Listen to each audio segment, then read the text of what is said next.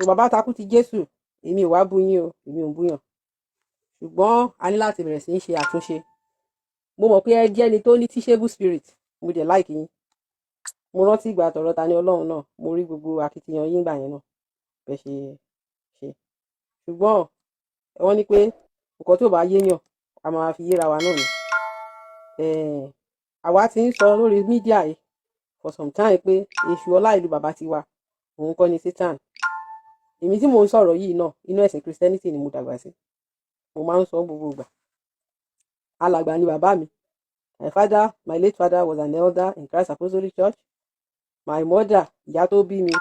ó wà lára àwọn first set dickness gbà tí CAC máa kọ́kọ́ ní dickness ìgbàrà ìyá mi wà lára wọn màmá mi gan tó bá fẹ́ dá ṣọ́ọ̀ṣì ilé àti dá ṣọ́ọ̀ṣì ilé ti pé àìmọye church planting fàṣẹ. Don't forget to subscribe, comment, share with your friends to have access to this kind of content that you have here. Don't forget to subscribe. I love and respect you. I'll be right back. So kò ń ṣe pé bóyá èèyàn mọ nǹkan tó ń sọ mo dẹ̀ máa ń sọ pé I grew up in both because ìyá bàbá mi mùsùlùmí ni wọ́n ṣe nílé bàbá ẹ̀ ìyá tó bí ìyá mi mùsùlùmí ni wọ́n bàbá wọn nìkan ló padà di Christian títí dè ní aláàjì ní gbogbo family wọn so kí ni mo dá láti sọ ni pé ìyá bàbá tó bàbá mi náà àwọn náà di Muslim so mo dàgbà sí àárín Islam àti Christianity bí mo ṣe máa ń sọ gbogbo ìgbà nìyẹn so I grew up in the midst of both Christian and Muslim and where they used to practice love then not the type kì í ṣe ráwọn Muslim tí wọ́n ṣe nísìnyí tó jẹ́ pé Muslim tí wọ́n ṣe kò yé wa mọ́ wa at the same time àwa náà rí i pé Muslim táwọn bàbá wa ṣe gbà ẹ̀gàn kọ́ ní Islam àwọn kan ń ṣe bíi tọmọlúwàbí ni because tàbá wo gbogbo ibi tí ẹ̀sìn náà wà anyway tó bá dé stage kan náà wọ́n máa bẹ̀rẹ̀ sí bára wọn jà gbẹ̀yìn náà ni so the more tó bá ṣe ń wọ̀ wá lára àwa náà máa bẹ̀rẹ̀ sí bára wa jà but ìyẹn kọ́ ni mo fẹ́ lọ a ṣe ọdún àkànbí mo rí yín o Àdìsá ṣóbò ẹ̀ káàbọ̀ Ọlájùmọ̀kẹ́ ti jẹ́ ẹ̀ káàbọ̀ ẹ jẹ́ bá mi ṣí ṣóyìn sí ọ̀dọ̀ àwọn èèyàn wa kan wá darapọ̀ so what I'm saying is that Baba Taku ti Jésù mo rí post yín pé ẹ ní ọ̀pọ̀lọpọ̀ áńgẹ́lì èṣù tí wọ́n ń gbé aṣọ funfun wọ̀ ọ̀pọ̀lọpọ̀ áńgẹ́lì èṣù tí wọ́n ń gbé aṣọ funfun wọ̀ ọ̀pọ̀lọpọ̀ áńgẹ́lì èṣù tí wọ́n ń gbé aṣọ funfun wọ̀ òun lèmi ṣe fẹ́ educate yín pé kí lẹ mọ̀ tó ń jẹ́ áńgẹ́lì gan kí lẹ mọ̀ tó ń jẹ́ áńgẹ́lì because áńgẹ́lì is not your language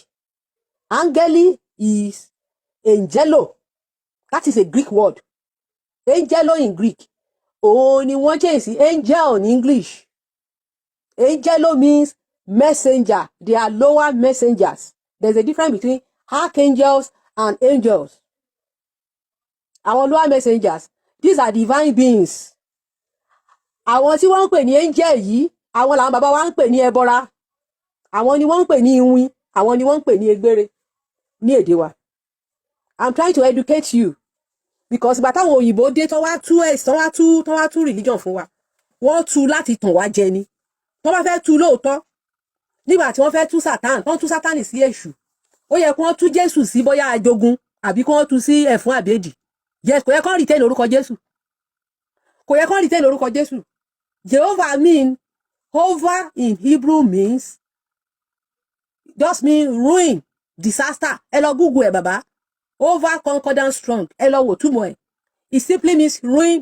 disaster and kí ni ìkẹta ruin disaster and mischief so Jehovah is a compound word Jeho mean Lord tẹ́ bá pa Lord àti Jehovah papọ̀ it means Lord of mischief Lord of mischief Lord of disaster Lord of ruin màá dẹ̀ explain ẹ̀ fún yín nínú Bible because orúkọ yẹn is a name to describe somebody that's why tó jẹ́ pé ẹ lè kàn change identity Jehovah as anybody that name belongs to just person orúkọ yẹn ò ní túmọ̀ lédè Yorùbá o tó ń sọ fún wa pé ó túmọ̀ sọ́lọ́run lédè wa it doesn't mean it is that is Bishop Ajayi Crowther illusion a man who was taken as slave at the age of 7 according to bá ṣe wá ń gbọ́n sí ọmọ ọdún méje náà ti gbé lẹ́rú kí lọ́mọ ọdún méje mọ̀ and when he came back he didn't understand his culture nǹkan tó bá ń lẹ̀ tí wọ́n ń sọ ló ń fi ìpè ó right àwọn òyìnbó ló tọ̀nà òyìnbó ló tọ́jà Ajayi Crowther tó bá gbé ọmọ kúrò ní Nàìjíríà ń sìn tó bá gbé wá sí ìlú òyìnbó àgbàlagbà tọmọ yẹn bá ń bì báyìí tọmọ yẹn bá máa lọ ọdún kan á ti máa ṣe bí òyìnbó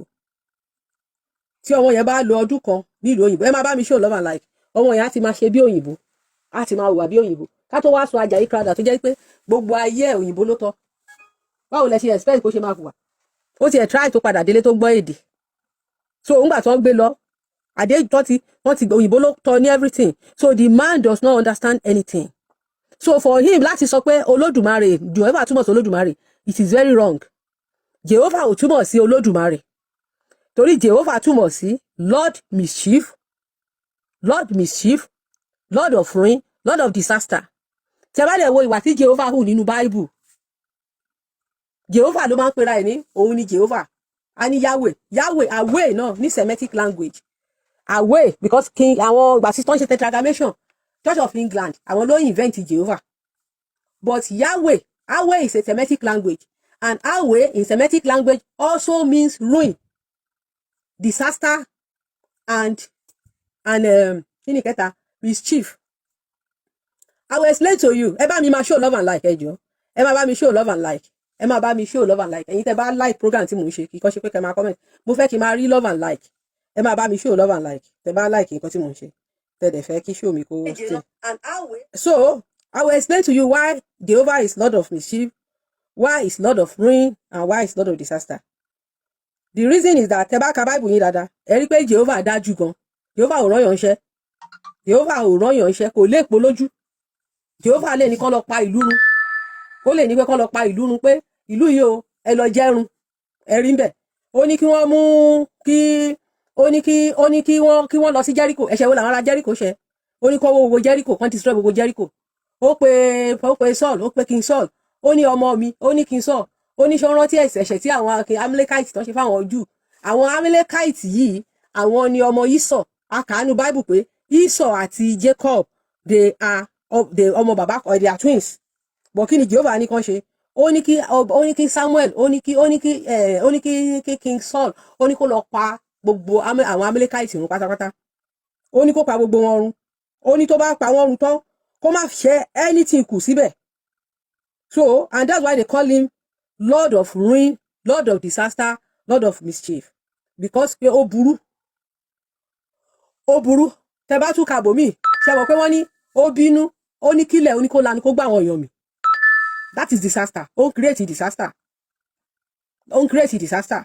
Then tó bá tún wá sọ ti mischief, tẹ́ bá ka Bible yín dáadáa, ṣé mọ̀ pé Jehovah máa ń send lying spirit. Ó sọ pé who can help me to go and deceive Ahab? Go to Ramoth Gilead. Ẹjọ́ ṣáwọn èèyàn ṣì ń gbọ́ mi. I don't know. Ẹjọ́ ṣáwọn èèyàn ń gbọ́ mi.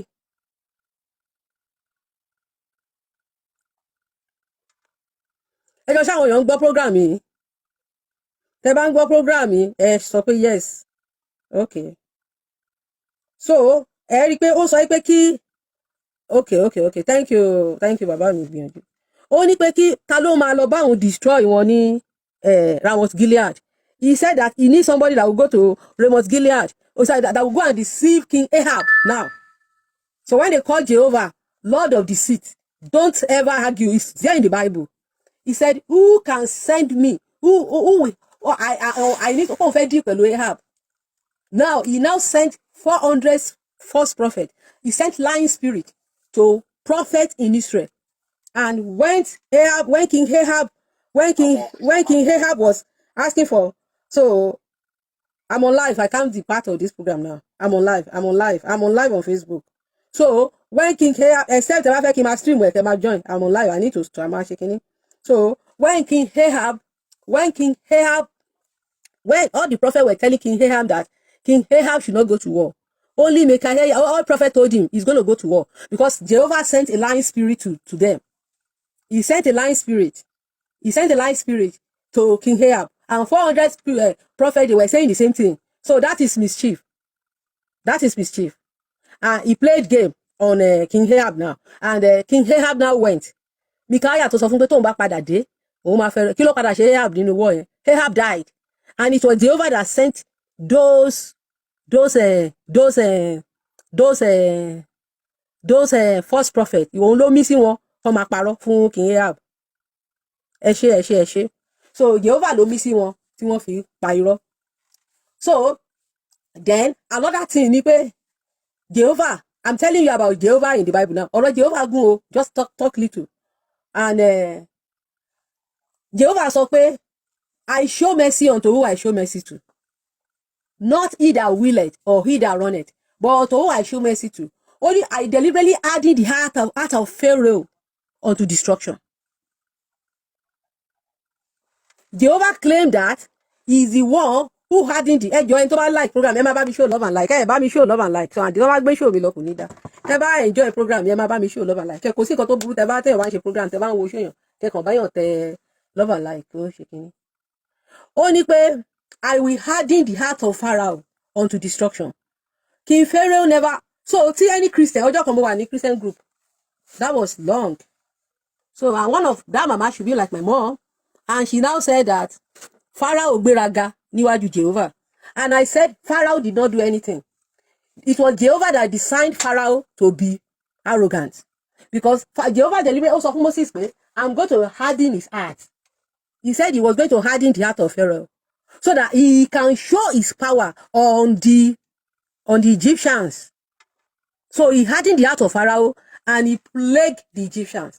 Oh, firstborn. Oh, wrong, a lot of disaster to them. That's why they call him Jehovah. So anytime you are calling on that name, you are calling on God of ruin, God of disaster, God of ruin, disaster, and mischief. Now, ẹgbọ́n náà ó ní olófẹ́ràn yàn lọ́ba yàn ó ní kẹ́nìyẹn tó dé ọ̀dọ̀ ẹnìyẹn wàá ti sí ọkàn ẹnìyẹn lé pé ó máa sí ọkàn ẹnìyẹn lé unto destruction. Okay, ìgbà tí ọmọọṣẹ́ tó wá rán lọ́ba yàn ó ní sìn bá mo fẹ́ ẹran yàn lọ́ba yàn kan sìn ẹ wá sọ pé ẹni tẹ́ fẹ́ lọ́ba yẹn o nítorí pé ẹ fẹ́ fìyà jẹ ẹ máa sí ọkàn ẹ lé. Ìgbà tẹ́nìyẹn wá dọ̀dọ̀ ẹnìyẹn pé ọ̀gá mi rán mi pé kí n wá gba nǹkan ẹnìyẹn wá lóhùn fún ẹ wá tó wá ń blame ẹnìyẹn pé gbéraga ṣé kì í ṣe ọ̀gá yẹn ló jẹ̀bi ṣé kì í ṣe ọ̀gá tó ṣe lọ́kànlélókọ́ ló jẹ̀bi. So gbogbo blame tẹ máa ń blame Pharaoh yẹn Jehovah ló kọ́ sí ẹ Jehovah ló sọ èmi ò sọ I'm talking about concerning the story tán fún wa ń sìn ìdí nìyẹn tó ṣe ń pè ní Jehovah ìtumọ̀ Jehovah nìyẹn o kò túmọ̀ sọ Ọlọ́run o kò túmọ̀ sọ Olódùmarè o that's why Olódùmarè náà ò lè ṣí orúkọ ẹlòmíì because any God tí ò bá ti bá Ifá ṣe kò lè jẹ́ Olódùmarè olódù ẹni tó ní odù gbogbo èdè wa ní èdè kò ń ṣe Bishop Ajayi Crowther tó lọ sóko ẹrú tó wá sọ pé Almighty di túmọ̀ Olódùmarè ẹjọ́ tí bàbá wa tí ò gbédè tí ò lọ oko ẹrú tó wá tí ò mọ̀ túmọ̀ Olódùmarè tó wá sọ fún wa pé Almighty ṣé kò yẹ káwa ọmọ wa padà jókòó pé tó bá fẹ́ fi ẹni fàpèjúwe ọlọ́rọ̀ wọ́n á ní ẹni tó ní wealth wọ́n á ní ọlọ́rọ̀ wọ́n á ní olówó olódù kí ló dù Ifá ló dù o tẹ bá pe olódù onífá lọ ní túmọ̀ olódù torí ilé táwọn Christian máa ń tanra wọn jẹ pé àwọn làwọn ń sin Ọlọ́run òtítọ́ wọ́n yẹ sọ fún wa ṣọ́ọ̀ṣì nìyẹn ṣé Olódùmarè wà lọ́lọ́run èké because that name go exist in Christianity so tá bá ní ká wá wo attribute èṣù nínú Ifá gbogbo ìwà tí Jehovah ugan èṣù òhu láyé èṣù láàlú títí wa ọlá ìlú inú Ifá nìtàn ẹ̀ wà kò sí tàn ẹ̀ nínú Bible kò sí tàn èṣù nínú Bible so gbogbo nǹkan tá a gbọ́ nípa èṣù nínú Ifá ni pé tí àwọn bàbá wa bá ti níṣòro kò wá sí irúnmọlẹ̀ tẹ̀sù ràn lọ́wọ́ kò sí irúnmọlẹ̀ tó Olódùmarè sọ̀kalẹ̀ báyìí tẹ̀sù ràn lọ́wọ́ nígbà tá a bẹ̀rẹ̀ sí tó ta kọ́ ẹ̀kọ́ nípa èṣù ta kọ́kọ́ kọ́ ẹ̀kọ́ nípa èṣù ọ̀sẹ̀ kan ni mo fi ń sunkún tí mo fi ń bẹ Ọlọ́run pé kó dárí ẹ̀ṣẹ̀ bí jì mí ọ̀sẹ̀ kan mo bẹ̀rẹ̀ sí sunkún ni pé ìwọ Ọlọ́run o àìmọ̀ ló ṣe mí o mo bẹ̀rẹ̀ sí tọrọ dáríjì ẹ̀ṣẹ̀ lọ́dọ̀ Ọlọ́run kò sí irúnmọlẹ̀ ẹyọ kan tó Olódùmarè sọ̀kalẹ̀ pẹ̀lú àwọn ọ̀kan nínú àwọn irúnmọlẹ̀ wa tí èṣù ò ṣe lóore ìdí nìyẹn tó fi jẹ́ pé gbogbo ilé àwọn òrìṣà yẹn náà máa gbéṣù sí tó bá fẹ́ bọ Bàtálá èṣù náà máa kọ́kọ́ bọ tó bá fẹ́ bọ Ògún èṣù náà máa kọ́kọ́ bọ tó bá fẹ́ bọ Ṣàngó èṣù náà máa kọ́kọ́ bọ wọ́n fẹ́ bọ Ọya èṣù náà máa kọ́kọ́ bọ wọ́n fẹ́ bọ Ọ̀ṣun wọ́n fẹ́ bọ Fá kò sí irúnmọlẹ̀ tó bá kọ́kọ́ fẹ́ bọ èṣù náà máa kọ́kọ́ bọ àwọn òrìṣà wa kò sí èyí tó bá kọ́kọ́ fẹ́ bọ èṣù náà máa kọ́kọ́ bọ nítorí pé kí ni nǹkan tí èṣù ṣe ni èṣù ni tó bá sọ pé agbani lọ́jọ́ tí ogun le èṣù ni tí ogun tí tó bá di last card èṣù ni nínú Ifá wọ́n ní nígbà tí wọ́n sọ fún Ògún lákàyé pé kó Ògún má lọ sójú ogun pé kó wọ́n ní wọ́n sọ pé kó Ògún rúbọ elénìní kó Ògún tọ torí nínú Ifá elénìní ló wá pẹ̀lú àwọn orúnmọlẹ̀ tó ń kúrò ní àárín wọn tó lọ dá kingdom tiẹ̀ ńlẹ̀ tó yapa olónìní ló yapa ṣùgbọ́n nínú Ifá wọn ò kì í pe elénìní gan ní elénìní èṣù ló tún ní ká máa pè ní bàbá o wọ́n nígbà tó ń sọ fún Ògún pé kó rúbọ elénìní Ògún lákàyé sọ pé elénìní òun bọ̀ òun odidi Ògún lákàyé ọ̀ṣẹ̀mọlẹ̀ nígbà tó Ògún ń bọ̀ Ògún ti ṣètò wọ́n ní tó Ògún dí ẹnu odi àwọn civilization táwọn bàbá wa nígbà náà wọ́n máa ń mọ odi sílùú káwọn tó ti bà gbogbo civilization wọn yẹn jẹ́ wọ́n nígbà tó elénìní máa gbé Ògún tó jù sínú àpò gbogbo irúnmọlẹ̀ ni elénìní gbé, gbogbo àwọn irúnmọlẹ̀ tó fẹ́ rescue Ògún pátá lelénìní kó. Ọ̀rúnmìlà àti Èṣù ló ṣẹ́kù nígbà tó Ọ̀rúnmìlà máa lálàá Ọ̀rúnmìlà bá dífá Èṣù ló mú Ọ̀rúnmìlà wá ṣe oúnjẹ, Èṣù ló mú àìdíà wá fún Ọ̀rúnmìlà wípé kí wọ́n ṣe oúnjẹ, ìgbà tó náà máa ṣe oúnjẹ nígbà tí elénìní dé Èṣù náà ló gbé orin kó elénìní. Gbogbo ẹ̀yin lẹ bá ń kọ orin yẹn lénìí pé ta ló sọ pé òní bàbá káyì àní bàbá. Èṣù ló dá orin yẹn, Èṣù ló lórin yẹn, òun ló dá orin yẹn lẹ̀. Èṣù ló ní kọ́ lọ wá ìlú nígbà tó Èṣù sọ fún Ọ̀rúnmìlà pé tẹ́lẹ̀nìní bá ti ń bọ̀ tó ti délé Ọ̀rúnmìlà tó fẹ́ Ọ̀rúnmìlà àti Èṣù ló dẹ̀kù tí ó máa ṣe wọ́n mọ́ṣẹ́ bó ṣe ṣe àwọn yòókù lọ́ṣẹ́. Nígbà tí Èṣù wá tó gbé gángan tọ́nà ó bẹ̀rẹ̀ sí ní jó pẹ̀lú elénìní pé ta ló sọ pé àní bàbá káyì àní bàbá eléyìn ní bàbá wa káyì àní bàbá ta ló sọ pé àní bàbá káyì. Ìgbà tán náà lùlùlùlù elénìní bá kú jó mọ́lẹ̀ bélénìní ṣe jẹun nìyẹn o. Ìgbà tí elénìní jẹun tán Èṣù wá sọ fẹ́lẹ́nìní pé a kì í jẹun ẹni ká tún ṣe ẹni pé so gbogbo àwọn ọrùnmọlẹ̀ tẹ́lẹ̀nìní ti kó kélénìní kó wọn lẹ̀ bélénìní ṣe tú gbogbo wọn lẹ̀ nìyẹn. Ẹ wá léṣù burú, ẹ wá léṣù ò dáa ìyẹn Èṣù òkè tó wáyé pé nígbà yẹn kéṣù máa mú ọgbọ́n ọmọ yẹn wá kí elénìní wá kó gbogbo àwọn bàbá ńlá wa gbogbo àwọn ọrùnmọlẹ̀ yẹn kó wọn. Ẹ jọ kí báwo ni ìran wa bá ṣe rí lénìí? Kí ló ẹ̀yin bàbá takú ti Jésù gan bóyá báwo lẹ̀ assistant yín ṣe tiẹ̀ máa nílẹ̀. Elénìní yẹn ló sèfù Èṣù yẹn ló sèfù àwọn bàbá ńlá yín láyé ìgbà yẹn. Many story bẹ́ẹ̀ yẹn o, many story. Orí kan tí òbé kọ bàbá kan láyé àtijọ́ kò lówó kò sì bímọ. Sùúrù ló dára, sùúrù ló dára, sùúrù ló dára. Gbogbo ohun tí a bá ṣe o fraud ni, ìtàn Ifá ni. Ọ̀rúnmìlà ni ló gbalé Olódùmarè lọ tó Olódùmarè wá kó nǹkan mẹ́rin fún. Èṣù ló sọ fún Ọ̀rúnmìlà pé kó lọ mú sùúrù. Èṣù láàlú òun ló sọ fún Ọ̀rúnmìlà pé kí Ọ̀rúnmìlà lọ mú sùúrù. Tí Ọ̀rúnmìlà wá mú sùúrù tí owó padà wá wọ Ọ̀rúnmìlà tí gbogbo wọn padà wá wọ Ọ̀rúnmìlà. Bàbá òbé kan ó kàn develop orin yẹn ni. Ṣe rárá àwọn nǹkan tí ó ń ṣẹlẹ̀ nìyẹn. Àwọn bàbá wa àwọn olórin ìgbà tí mo ta bẹ̀rẹ̀ sí kẹ́kọ̀ọ́ fálárí pé gbogbo bá ṣe ń yin Barrister pé olórin àgbà Ifá ni gbogbo ẹ̀. Sànní Adé Ifá ni gbogbo ẹ̀. Iṣẹ́ tó Ọ̀rúnmìlà ṣe torí Ọ̀rúnmìlà gangan lolórin. Ọ̀rúnmìlà gangan ló dá ministry orin lẹ̀. Ọ̀rúnmìlà gan eléyìí tó ń parọ́ pé Sátánì kan ló kọ orin. Ọ̀rúnmìlà ló lórin lọ́dọ̀ títí wa kì í ṣe Èṣù. Pé Èṣù ló lórin jù, Èṣù ló mọrin kọ jù, Èṣù ló ṣe kíní kan. No, Ọ̀rúnmìlà bára gbọ́n ni règún ni. Ifá ló máa ń sùn yẹ̀rẹ̀. Gbogbo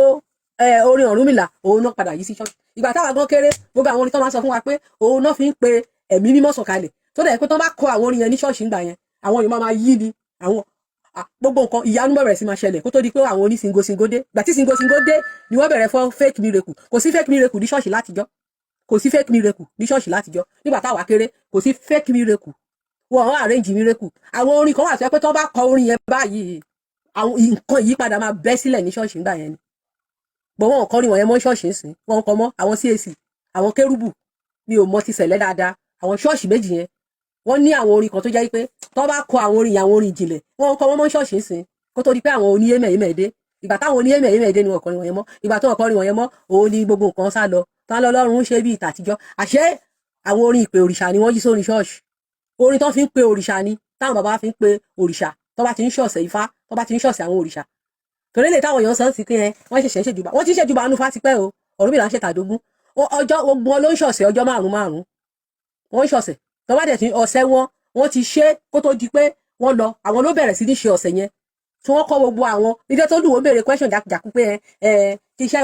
ẹ̀sìn wo ni wọ́n ṣe nígbà tó wà láyé wọ́n ń ṣe ọ̀sẹ̀ ìgbà tí wọ́n kọ́ wọ́n gbogbo nǹkan táwọn àwọn oníṣẹ̀ṣe ń ṣe lé ní àwọn orúnmọlẹ̀ ló fi sílẹ̀ wọ́n ṣe ọ̀sẹ̀ ìgbà tó ń ṣe ọ̀sẹ̀ yẹn wọ́n ṣe ń bọ̀ òkè ìpọ̀nrín wọn wọ́n fi kọ́ àwọn ọmọ lẹ́yìn wọn pé táwọn bá dẹ̀ ti lọ kán continue wọ́n ní kán continue so kí ni mo ń gbìyànjú láti sọ ni pé gbogbo ìwà tí wọ́n sọ fún yín pé gbogbo ìwà tí Yahweh hù yẹn pátápátá gbogbo ìwà tí Yahweh hù èwo ni Èṣù hù ń bẹ̀ Èṣù ò hùwà tí Yahweh hù o a gbọ́ nínú ìtàn pé Èṣù kan lọ sí ìlú kan ọ̀ǹtìgbà tí Christianity dé àti Islam òun lè ṣú dèèyàn burúkú ìgbà tí Christianity àti Islam dé ni Èṣù dèèyàn so ìgbà tó mọ̀ pé àwọn lè ṣéǹjì Èṣù sí Satan kí ló dé tí wọ́n ṣe ṣéǹjì orúkọ Jésù ṣùgbọ́n ṣe orúkọ kan fún Jésù lọ́dọ̀ wa why tó ṣe jẹ́ pé ìgbà kan pé Jésù ní Jesus ó wà acceptable Abrahamu John Johannu Matthew Luke àwọn kan wà tí ò tiẹ̀ change rárá Peter Pétérù Joseph gbogbo wọn yẹn ò change Mika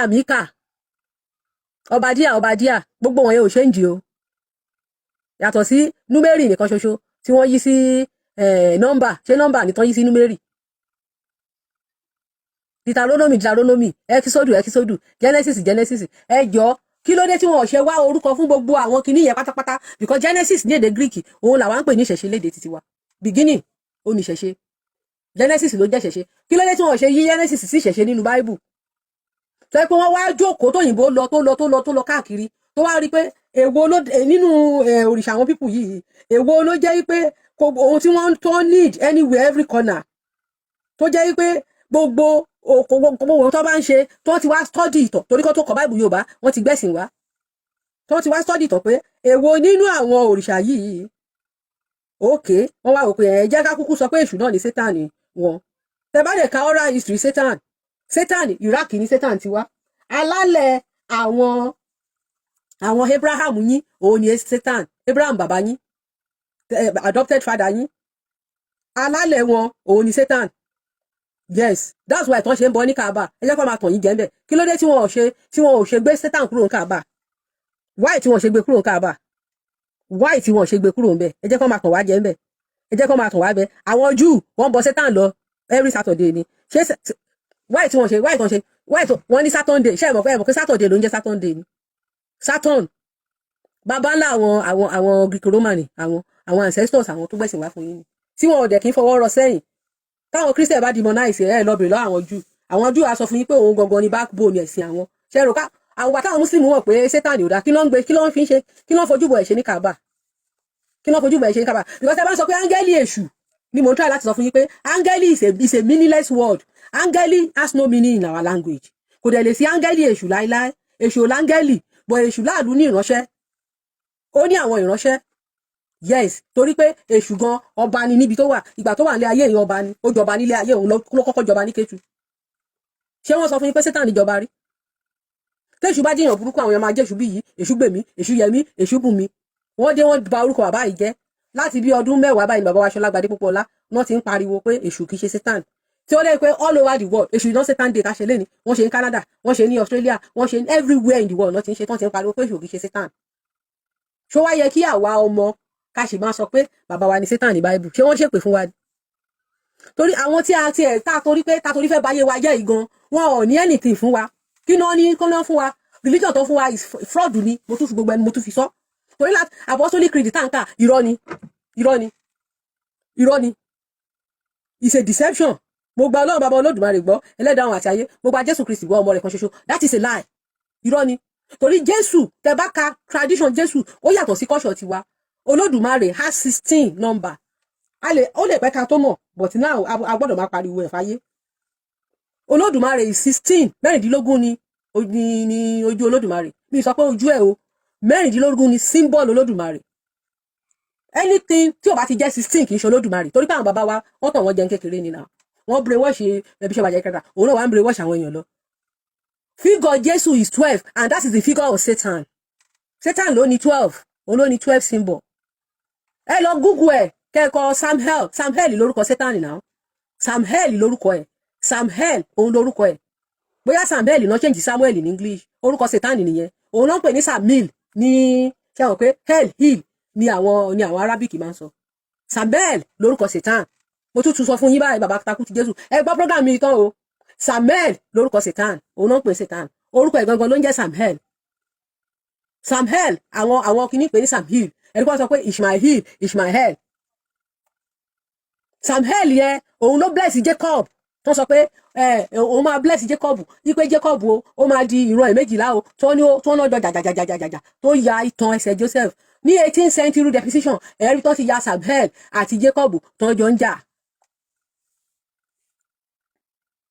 Samhel òun ló ń pè ní Satan orúkọ ìgangangan nìyẹn òun ló ń pè ní Samil ní Arabic language Samhel yìí òun ló ní 12 star òun ló make eternal covenant pẹ̀lú Jacob àwọn Abrahamic family wọ́n fún ní ọjọ́ Saturday Saturday tán fi ń bọ tán fi ọ̀nà ẹ̀ ọjọ́ méje làwa ní nínú ìṣẹ̀ṣe wa ọjọ́ kìíní ọjọ́ Ọbàtálá ọjọ́ kejì ọjọ́ Ifá ọjọ́ kẹrin ọjọ́ kẹta ọjọ́ Ògún ọjọ́ kẹrin jẹ́ ti Ṣàngó ayílẹ̀gbẹ́ ọ̀run ọ̀rọ̀ ọ̀run ni lọ́jọ́ fún Sátánì o àwọn tó gbé Sátánì wá wọ́n ní ọjọ́ fún Sátánì kódà tó di pé Christianity àwọn ancient Rome wọ́n máa ń lọ sí ìdí Sátánì náà ti máa ń wed ẹ mọ̀ pé Sátánì náà ẹ̀ tí wọ́n bá pè Sátánì ní God of this world ni tó wá lọ sí ìdí Sátánì tí wọ́n lọ búra fúnra wọn wá fi òrùka wọ́n á fi ṣe exchange àti kékeré ni mo ti réètì wedding mi ìmọ̀ rísìn mo dẹ̀ wá dúpọ̀ mi ò láìkí ẹ̀ mo kàn máa ń rí mi ò mọ rísìn anybody tó bá ṣe wedding Sátánì ló búra fún kò ṣe Ọlọ́run kankan ló búra fún o Sátánì ni mo prefer traditional marriage mi láti kékeré ju wedding lọ mi ò láìkí wedding òyìnbó bóyá ó dẹ̀ ti ní spirit kan tó wà nínú mi ṣe mọ̀ pé àwọn kankan máa ń wà èèyàn ní ríra ẹ̀ á kàn rí pé òun kàn ń ṣe nǹkan kan ṣá bíi pé mo kàn decide lọ́jọ́ kan ni mo dẹ̀ lọ nígbà yẹn mo jẹ́ tí ìrònú pé mo máa travel out mo kàn lọ sí National Population Commission mo ṣe affidavit lẹ́kọ̀ọ́ mo dẹ̀ yọ orúkọ òyìnbó kúrò lórúkọ mi mo ṣe affidavit ní Ìkẹjà mo change mo ní àìtóyìn popularly known as kìnnìkan Eli mo yọ Eli yẹn kúrò mo dẹ̀ ṣe mo ṣe newspaper advertisement gbà yẹn change of name mo ní mi ò yọ Eli mo yọ orúkọ òyìnbó yẹn kúrò pé mi ìfẹ́ jẹ́ orúkọ yẹn mọ́ èmi ò tiẹ̀ gbà yín mo dẹ̀ sí lọ ṣọ́ọ̀ṣì mo gbẹ ṣọ́ọ̀ṣì rúbọ gbogbo kinní yẹn ṣe mọ̀ pé ìgbà míì èèyàn kì í mọ̀ àwọn spirit kan máa guide yẹn. so wípé èṣù gbé Jésù sókè máa mọ̀ pé ewúwo èṣù orin yẹn o bàbá ńlá orin irọ́ ni olúwa lọ́jọ́ kan lọ́gbà Gẹ́símánì olúwa àti èṣù àwọn ló yọ ń jà olúwa gbé èṣù ṣubú yakata ó ké yáyáyá àyàyà yóò èmi ò ní ṣe bẹ́ẹ̀ mọ́ olúwo ta ló borí olúwa borí àwọn orin irọ́ ni gbogbo ẹ̀ irọ́ ni fi irọ́ fofo ni gbogbo Ọlọ́run bàbá Olódùmarè gbọ́ ẹni tí ò bá ti gba ọmọ gbọ́ ìdájọ́ Ọlọ́run wo ló wà lórí ẹ̀ ẹjọ́ tó ìpín wọn gbé Christianity wá sọ́dọ̀ wa lé ní ṣá máa líǹkì Jésù àwọn ìlú kan sì wà tó jẹ́ pé wọn ò tí nígbà tó lọ gbé Christianity débẹ̀ di recently wọ́n lé wọn bí wèrè ní táwọn òyìnbó pín kinní fún wọn wọ́n lé wọn dànù ni pé tó bá tún padà rí wọn wọn ò máa padà wá mọ́ ọ so tó wọn bá gbé Christianity wá sọ́dọ̀ wa ṣé àwọn bàbá wa gan lé wọn náà wà tó kọ́ dé gan ṣùgbọ́n wọn tán wọn sọ tán fún wa ni àwọn bàbá wọn tí ò tẹ̀ kàwé gan lé wọn dànù pé kí lẹ gbé wá yẹn irú rọ́wọ́ lẹ wá ń pa fún wa irú Ọlọ́run wo lẹ wá introduce sí wa Ọlọ́run tí ò mọ̀ wa mọ́ tí ò mọ̀ lẹ wa mọ́ Ọlọ́run tí ò mọ̀ Ọ̀rúnmìlà tí ò mọ̀ Ògún tí ò mọ̀ Ṣàngó tí ò mọ̀ ya tó jẹ́ pé oríkì tẹ bá ń kì ní chọ́ọ̀chì lé ní oríkì àwọn òrìṣà ni ṣé Jésù mọ oríkì Ọlọ́run tí Jésù bá mọ̀ ó yẹ kó wà ní Bible.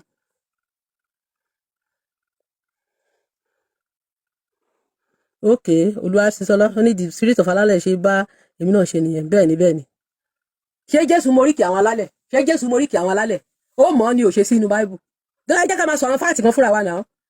ṣé Jésù mọ oríkì kó tó di pé wọ́n gbé ẹ̀sìn wá awo funfun awo mímọ́ awo ìmọ́lẹ̀ làwọn baba ńlá wa pé Ifá àwọn olú ìṣẹ̀ṣe wọ́n ní ìbùn awo funfun awo mímọ́ òdì nìyẹn tó ṣe ń wọṣọ funfun mímọ́ ni túmọ̀ that's kan tí white represent nínú ìṣẹ̀ṣe wa nìyẹn náà lẹ́ni ẹni tó bá wọṣọ funfun báyìí wọn aláláwo dé o kìnnìkan o òun náà ṣe ń bú ẹ̀yìn sẹ̀lẹ̀ náà tó sọ pé ẹ̀yìn sẹ̀lẹ̀ tí bàbá ọ̀ṣọ́fà náà tó fi adopt white tó sọ pé gbogbo àwọn tó bá ti jọ aláṣọ funfun wípé aláwo ni wọ́n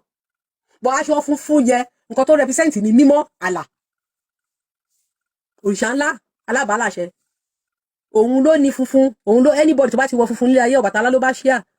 òun náà ṣe ń pè ní ọba àlà funfun gbòkanlẹ̀ gbogbo ṣé bọ́lẹ́tì bọ́tọ́ ti pé Jésù lọ́ba àlà táwọn tó pa àlàbí á lọ máa sọ kán lọ́ba àlà it's all lie gbogbo àwọn bí sí aláwùyé gbogbo yẹn it's a lie it's a secretism Jésù ò lóríkì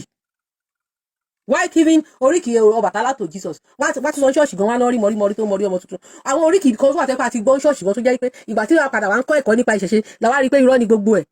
the same person ni Jésù kan náà ni wọ́n máa pè ní mọ́rí tó mọ́rí ọmọ tuntun Ọbàtálá ló jẹ́ bẹ́ẹ̀ o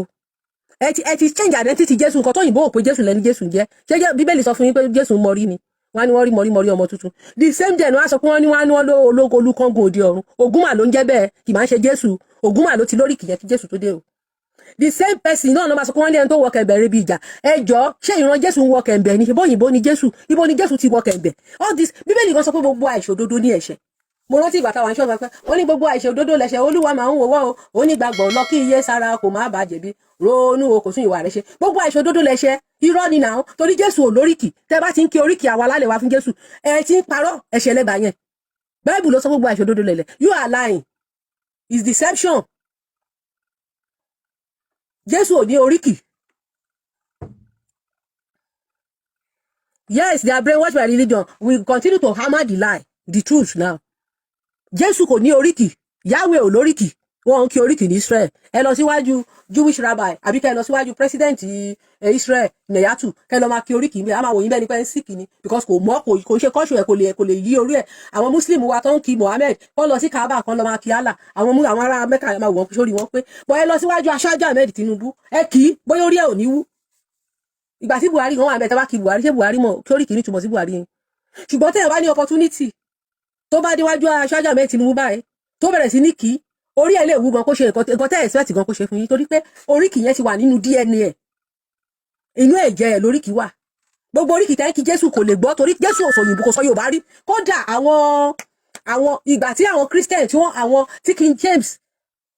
ìgbà tí John Wycliffe tó kọ́kọ́ translate Bible sí Latin English náà ni wọ́n pa John Wycliffe gbẹ̀yìn ni náà. Àwọn kí lórúkọ wọn àwọn Rome wọn ò fẹ́ kí Christian máa ṣe èdè kankan ju Latin lọ. Wọn ò fẹ́ King James ló break kìíní yẹn. Ẹ lọ ka story wọ́n fẹ́ pa King James gbà tó parí Bible tó ṣe ní 1611 ó sá láti Scotland wá sí Westminster Abbey táwọn àwọn Jesuit fẹ́ pa. Àwọn Jesuit fẹ́ pa ṣé Jésù tí ó tẹ̀ tọ́ pé Latin nìkan ni wọ́n sọ pé èdè tí Jésù gbọ́ láyé tẹ́lẹ̀tẹ́lẹ̀ ló wá di ẹni tó wá gbọ́ gbogbo èdè. Ìyẹn Jésù tó wá di universal tó wá gbọ́ gbogbo èdè ayé ìsìn ni o. In the early Christian day Latin nìkan ni Jésù gbọ́ kò gbọ́ èdè míì. Ibi tí a máa ti mọ̀ pé ẹ̀sìn àwọn Abrahamic yìí is fraud ju àwọn Júù nìkan ṣoṣo ló lóòótọ́ nínú wọn. Yes àwọn Júù lè ní flaw wọn God wọn ní kán pa wọn dẹ̀ ń purọ́ tẹ̀ bá déwájú Júù sí wọn ò ní yí wọn ò kì í yí. Àwọn Yorùbá ló máa ń yí Bible ní ìmọ̀ reason Bible tó yẹ pé kò mọ̀ yín rí. Àwọn Júù ò kì í yí tán Bible. Tí bá bèrè lọ́wọ́ rábà Júù kan sí pé God yìí ó ṣe ti gudu méjì yàyà mẹ́fà. Wọ́n ní one of those things ni pé àwọn Júù àti ẹ̀ sọ fún yín pé wọ́n ní lọ́ọ̀yẹ wọ́n lè sọ pé it's for that time. Wọ́n ní pé gbogbo àwọn barbarism yẹn bó ti kọjá bọ̀ ẹ̀rí Yorùbá báyà máa jà ní wùrà. So kí là ń try láti sọ ni pé so Jésù gan ò gbọ́ gbogbo èdè tẹ́ ń sọ yẹn is a white man òyìnbó ni kò gbọ́ èdè yín. Ẹ lọ ṣọ́ọ̀ṣì o ẹ lọ ń kí o àwọn ẹbọra tó wà láàárín yín àwọn ló ń gbọ́ èdè yín torí gbogbo ẹbọra tó wà nílé ayé èdè ibi tó bá ń gbé ló máa ń gbọ́. Tẹ́ bá sọ English sájá tó ń bí sí ilẹ̀ wa lẹ́ni kò ní gbọ́ yín ṣùgbọ́n tẹ́ bá sọ èdè wa sí ajá tí wọ́n race nílẹ̀ káàárọ̀ àjíire tẹ́ bá ní jáàkì bọ́ síbí a máa sábọ̀ gírígírí bọ́ ẹ sọ English sí àbíkẹ́ sọ French sí kò ní dá yín lóhùn torí pé kò gbọ́ gbogbo ẹranko tó bá ń gbé ní orí ilẹ̀ ló máa ń gbọ́ èdè ilẹ̀ gangan ìlú gan èdè ilẹ̀ yẹn ara nǹkan tó kó tó yẹ kí Christianity fi ní problem again nìyẹn. Ìgbà táwọn Christian kọ́kọ́ sọ Yorùbá yẹn ilẹ̀ yẹn ń gbọ́ èdè wọn ìgbà tó di pé wọ́n bẹ̀rẹ̀ sí ń sọ English èdè tílẹ̀ yẹn ò gbọ́ àwọn ajogun òun ló wá ń bá àwọn Christian fira òun ló fà táwọn pásítọ̀ fi ń lẹ̀ dímọ́mọ́ ìjọ tí wọ́n fi ń ṣe gbogbo nǹkan tí ẹ̀ kan ṣe àwọn negative forces ló ń bá yín fira kò ń ṣe pé èṣù kankan èṣù tó dẹ̀ kó save yín lọ́wọ́ ajogun òun ni gbogbo yín bú èṣù ló lè gbà yín lọ́wọ́ ajogun òun ni gbogbo yín bú gbogbo ìranù ìwà ìdọ̀tí tí àwọn pásítọ̀ ń hù sí ìgbà táwa kéré àwọn pásítọ̀ kì í hù torí pé àwọn pásítọ̀ ìgbà yẹn èdè ìbílẹ̀ ni wọ́n ń sọ ṣé àwọn bàbá gan tẹ́kọ̀tà bá lọ ṣọ́ọ̀ṣì wọ́n á sọ fún wa pé ìkà kì í kọ́ bọ́lá o ìkọ́ kì í kọ́ ọmọ ejò lẹ́sẹ̀ ikọ̀ ayé má kọ́ mi ẹ gba torúkọ Jésù lẹ́mẹ́ta ẹ wá sọ pé ìkọ́ kì í kọ́ bọ́lá ìkọ́ kì í kọ́ ọmọ ejò lẹ́sẹ̀ ikọ̀ ayé má kọ́ bá ṣe máa gbàdúrà ní orúkọ Jésù ẹ̀mí mímọ́ o ìkọ́ ìkọ́ bọ́lá ìkọ́ ìkọ́ ọmọ ejò lẹ́sẹ̀ ikọ̀ ayé má kọ́ mi ikọ̀ ayé má kọ́ mi ikọ̀ bá ṣe ń sọ ní ṣọ́ọ̀ṣì ńgbà ènìyàn o káwọn Pentecostal tó dé tán sọ pé tá a bá tún sọ pẹkẹ pé ìfàyà là ń lọ pé à ń polúgbòhùn à ń pe gbogbo ẹ̀ gbégbọ́ olúgbòhùn yí pé dímọ̀ ni tí gbogbo ẹ̀ bẹ̀rẹ̀ sí ní change díẹ̀díẹ̀ kó tó di pé change báyìí tẹ́gbẹ́ tá a bá lọ ṣọ́ọ̀ṣì ńlá yẹn a ní ojú kìí wọ́n á ní ká bálẹ̀ sọ̀rọ̀ ká sọ fún ilẹ̀ pé ilẹ̀ àwọn Christian ló yí sí alápòore kò sí nǹkan tó ń jẹ́ alápòore alápò ìkà nílẹ̀ alápò tó gbé ìkà mi ni kò sí àwọn Christian ló yí wọ́n á ní ká gba ilẹ̀ ẹ kọ́kọ́ gba ilẹ̀ tó bá ti pe orúkọ Jésù lẹ́mẹ́ta ẹ wá sọ pé ìwọ ilẹ̀ mo pàṣẹ fún ọ ìwọ ilẹ̀ àgẹ́rẹ́ àfọkọ́yẹrí alápò ire gbogbo ire mi tó wà nínú ìwọ ilẹ̀ máa pọ̀ jáde máa pàṣẹ ní orúkọ Jésù ní orúkọ Jésù ní orúkọ Jésù mímọ́ ìwọ ilẹ̀ mo pàṣẹ fún ẹ lọ́wọ́lọ́wọ́ báyìí ìwọ ilẹ̀ alápòore èyí táyé sọ lálápòkà gbogbo eré mi tó wà nínú ìwọ ilẹ̀ máa pọ̀ jáde ní orúkọ Jésù Olúwa wa àmín ní orúkọ Jésù táyé pé yẹn náà ó tún àbí èṣù lẹ fi parí ẹ̀ torí Jésù táwọn Ọ̀yọ́ bá fẹ́ pé Jésù èṣù náà máa pè so ó lè jésù gan ló fàṣẹ sí ìgbà èṣù gan ló fàṣẹ sí kì í ṣe Jésù tẹ́ ṣe rò pé Jésù ló fàṣẹ sí ìgbà tẹ́ bẹ̀rẹ̀ sí pé Jesus ìgbà yẹn lẹ rí mírèkù mọ́ tẹ́ bá ní mo tún kúrò ẹ̀ tún lọ ẹ̀yin ẹ lọ padà ronú ìgbà tẹ́ bẹ̀rẹ̀ Jesus ní mírèkù ò ṣẹlẹ̀ mọ́ ìgbà tẹ́ ń pe Jésù bó ṣe ń pè nìyẹn o wọ́n á tún pè ṣe rí pé bàbá 419 làwọn bàbá wa yẹn èṣù náà fọgbọ́n pè wọ́n ní orúkọ Jésù ní orúkọ Jésù ní orúkọ ṣebí àwọn táwọn ará Ọ̀yọ́ bá fẹ́ pé èṣù kí náà èṣù kọ́ ní àwọn ará Ọ̀yọ́ ń pè ṣèbá àwa táwa l'Ondo state àwa Èkìtì àwa Ìjẹ̀bú Ẹ̀gbá àwa là ń pèṣù àwọn Ọ̀yọ́ kí l'Ọ̀yọ́ ń pè kí l'Ọ̀yọ́ ń pè èṣù kọ́ l'Ọ̀yọ́ ń pè ní èṣù dọ̀là tí Ọ̀yọ́ bá fẹ́ pèṣù èṣù náà máa pè wọn kò sí Ọ̀yọ́ òmòye wọn lè pèṣù èṣù náà máa sọ ẹ̀ẹ́dẹ̀ wá ní Jésù ẹ fi èṣù parí ẹ̀ ṣé jẹ́ nítumọ̀ ní orúkọ Jésù ní orúkọ Jésù ní orúkọ Jésù àṣẹ Jésù báwo làṣẹ òṣèlígún báwo làṣẹ òṣèlígún so ìgbà tó wá bẹ̀rẹ̀ sí ṣe Jesus you are my best friend I love to waka with you you no dey play no dey do me wayo I love to waka with you Jesus power super báwo lè ti pé Jesus báyìí làwọn 419 ìyáde dúró ló wá di pé gbogbo àwọn pásítọ̀ di 419 ní oṣù pé torí pé negative spirit ló ń bá orúkọ yẹn wá yes tó bá ti pé Jesus yẹn àwọn ajogun ló wọ́ sọ̀kalẹ̀ kó orúkọ yẹn kò jọ mọ́ ilẹ̀ yẹn kò jọ ilẹ̀ yẹn ò understand nǹkan tó ń sọ àwọn Europe ni wọ́n lè pe Jesus ní mínì torí pé àwọn spirit tó wà ní Europe Jesus náà wọ́n mọ̀ nǹkan tó ń jẹ́ Jesus orúkọ Europe ni Jesus ò kì í ṣe orúkọ láfíríkà bẹ́ẹ̀ náà ni Allah àbí Jehova tẹ́ bá ti pè bá ajogun ló ń bọ̀ ajogun ni yes that's what pé ẹ̀rí pé àwọn tó ń lọ sí ṣọ́ọ̀ṣì Yorùbá tó bá ti forúkọ Yorùbá gbàdúrà tán pé nígbà míì wọ́n á kàn ra àwọn mìíràn kún wá rí ìyanu torí pé ẹ̀ ń ki àwọn alálẹ̀ yín mọ́ àwọn ẹ̀ ń pe orí àwọn alálẹ̀ mọ́ àwọn ẹ̀dẹ̀ ń fi ẹ̀dẹ̀ tẹ́ bá dé ṣọ́ọ̀ṣì ẹ̀ kọ́kọ́ pe àwọn òrìṣà ẹ̀ wá ná lórí o ó tẹ̀ máa ń fọ́ ní tí bá lọ sọ àwọn orí òkè wa yẹn gbà yẹn báwo pé àṣẹ 419 ni ọjọ́ kan láti pé bàbá kan ó ki orí kì bá àṣẹ èṣù lókì trout ìgbà tá a ṣe wá sí ṣẹ̀ṣẹ̀ láṣẹ mọ̀ pé àṣẹ èṣù ni wọ́n kì ní ṣọ́ọ̀ṣì ọba jídára alára àgbà yídá àṣekíní èṣù ló ń dára ló ń dá oríṣiríṣi ara ló ń dágbára lẹ́ẹ̀kan ṣoṣo èṣù ló ń dágbára so kí ni mo try láti sọ ni pé ìgbà tí gbogbo single tí gbogbo ẹ̀ dé we are dancing unto the Lord dancing hallelujah dancing unto the Lord dancing oh sing hallelujah amen amen hallelujah amen amen hallelujah amen amen hallelujah bó ó di pé ijó nìkan náà dẹ̀ ń jó ṣọ́ọ̀ṣì wọn orí nǹkan wọn ó di pé kán máa organize miracle káàkiri bẹ́ẹ̀ dẹ̀ ni orí àwọn pásítọ̀ bẹ̀rẹ̀ sí ní yí wọ́n bẹ̀rẹ̀ sí ní lẹ̀dí mọ́mọ́ ìjọ kiri wọ́n bẹ̀rẹ̀ sí ní ṣe oríṣiríṣi dáadáa káàkiri torí pé ẹ̀mí kẹ́mi ló bà lé wọn ẹ̀mí kẹ́mi ló bà lé yín torí pé gbogbo àwọn tó jẹ́ orúkọ yẹn nílé ayé èèyàn jákujàku ni wọ́n tó jẹ́ pé yes àwọn tó ń bá ajá sùn tó ń bẹ̀rẹ̀ ọkọ̀ sùn tó ń ṣe ẹ máa pe àwọn orúkọ tó yẹ pé torí pé ẹ̀yin lẹ́tàn ara yín jẹ́ pé orúkọ mímọ́ ni ẹ̀ẹ́dẹ̀ bọ́dà láti ka history Bible gan sọ pé kẹ́ wádìí ohun gbogbo kẹ́ di èyí tó ń ṣe òtítọ́ mú Bíbélì ní kẹ́ wádìí ohun gbogbo ó ní prove all things and hold us to what is real Bible ní do not despise prophecy ìwé ta fún yìí prophetic book ni kì í tó máa sọ pé prophecy kò ń ṣe pé bí àwọn rìnrìn pé lọ́la wàá bímọ lọ́la wàá ìyẹn kọ́ ló ń jẹ́ prophecy o prophecy in Judaism in Hebrew mean somebody tó ń lead àwọn èèyàn ọ̀rọ̀ tó ń kọ́ bí ẹni guidance prophet is different from a seer so kí la ń gbìyànjú láti sọ ni pé ó ní do not despise the prophecy ẹ má ṣe fojú yẹpẹrẹ wo ọ̀rọ̀ yìí ṣùgbọ́n ẹ lọ wádìí ohun gbogbo kẹ́ wádìí òtítọ́ mú àwa ọmọ káàárọ̀ ajíire àmà wádìí ẹni tó bá tún wá wádìí ọ̀tá wa mà tún ní mo rántí ìgbà tí ní ṣọ́ọ̀ṣì wa ní London gbà yẹn àná tẹ̀ tún sọ fún wa pé wọ́n ní pé àwọn èèyàn ti ń wádìí Ọlọ́run pé a gbọ́dọ̀ gba archaeology evidence gbọ́ ẹ̀yìn tún wà ń lo òyìnbó wọ́n tún ní kéèyàn má gba archaeology evidence gbọ́ pé torí pé wọ́n wádìí Ọlọ́run wo náà wádìí kò sẹ́ni tó lè rídìí Olódùmarè Ifá sọ fún wa pé àwa má rídìí ní Olódùmarè kò sẹ́ni tó lè rídìí ẹ̀ Yahweh tí ẹ sọdọ̀ Ọlọ́run yìí Ifá Bible gan fi Bíbélì gan pé Yahweh ní ọkùnrin ogun ó ní Jehovah man of war kí ni wọ́n pe man nínú ní Yorùbá ọkùnrin kí ni war ogun Jehovah ọkùnrin ogun ẹ wá sọ Olódùmarè di èèyàn ní Jehovah o èèyàn tó dòrìṣà ni o tó wá jẹ́ pé ẹgbà òun yìí ká ẹgbà òun kẹ má gbà that's the reality o èèyàn tó dòrìṣà sí ìran ẹni Jehovah o Jehovah kì í ṣọlọ́run ó ní bàbá o ó ní ìyá o Jehovah ní bàbá ó ní ìyá o Jehovah ní bàbá ó ní ìyá o so gbogbo ilé ìtẹ́ wá ń sọ pé áńgẹ́lì èṣù kan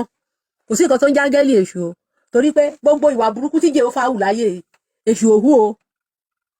Jehovah ní kí wọ́n lọ gba ilẹ̀ onílẹ̀ kí wọ́n pa àwọn tó nílẹ̀ run ó ní kí wọ́n pa aboriginal people kí wọ́n ìrèsì tó níbi tí Jehovah tún burú dé Jehovah lóhun ti kórìíra Ísọ̀ láti inú ìyá ó ní kí àwọn ọmọ Jacob kan pa àwọn ọmọ Ísọ̀ run irú Jehovah irú God wo nìyẹn ó ní mo ṣe máa ń wo tẹ́ pé àwọn Christian Yorùbá Bíbélì wà lọ́wọ́ yín ẹ̀ kì í tẹ̀lé nǹkan tó wà lọ́wọ́ yín tá a bá tún fẹ́ sọ ti New Testament náà a tún explain ẹ̀ but mi tẹ̀fẹ́ lọ sórí New Testament lẹ́ni orí Jehovah yẹn lèmi fẹ́ dúró sí fún yín wọ́n lè wá sọ pé God is love irú love wo ni Jehovah ní Jehovah ní èmi kò yí padà I am forever and ever ṣe báwo ṣé wá ṣéǹjì ni ó lóun ò yí padà ló sọ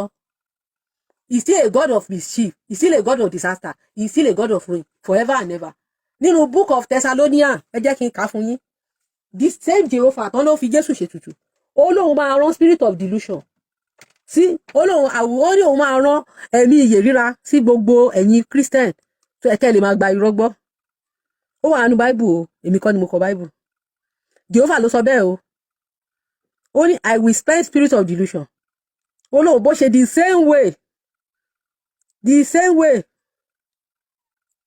same way nínú 2 Thessalonians chapter 2 verse 11 Thessalonica kejì ó ní and God shall send them strong delusion that they should believe lie ó lóun á rán ẹ̀mí èké sí gbogbo yín gbogbo ẹjọ́ Jehovah ló fi Jésù ṣètùtù the same Jehovah ó fọmọ ìṣètùtù fẹ́ ṣe aráyé á tún wá rán ẹ̀mí èké sí gbogbo àwọn èèyàn kán lè gba irọ́ kí wọ́n pa lè ṣègbé so that they can be damned kí gbogbo wọn lè ṣègbé ẹ̀yin ò ká kíní yín débẹ̀ torí ọ̀pọ̀lọpọ̀ allegation tẹ́ máa fi ń kan ìṣẹ̀ṣe lé ní inú law Jehovah ló ti wá nǹkan tí mo fẹ́ fi parí fídíò mi nìyẹn a ò gbọ́ èṣù máa ń ṣe fáwọn bàbá tiwa ni mo ti sọ látẹ̀kan ìgbàlà ni èṣù ń ṣe fáwọn bàbá wa òun ló ṣe jẹ́ crossroad ọlá ìlú oní ó wà nígun mẹ́rin tẹ́ bá wo ọpọ́n ifá ń sìn iwájú ọpọ́n ifá ẹ̀yìn ọpọ́n ifá olùmúlọ̀tún ọkọ̀rọ̀ ló sì àárín ọpọ́n ìta ọ̀run èṣù ló wà ń bẹ̀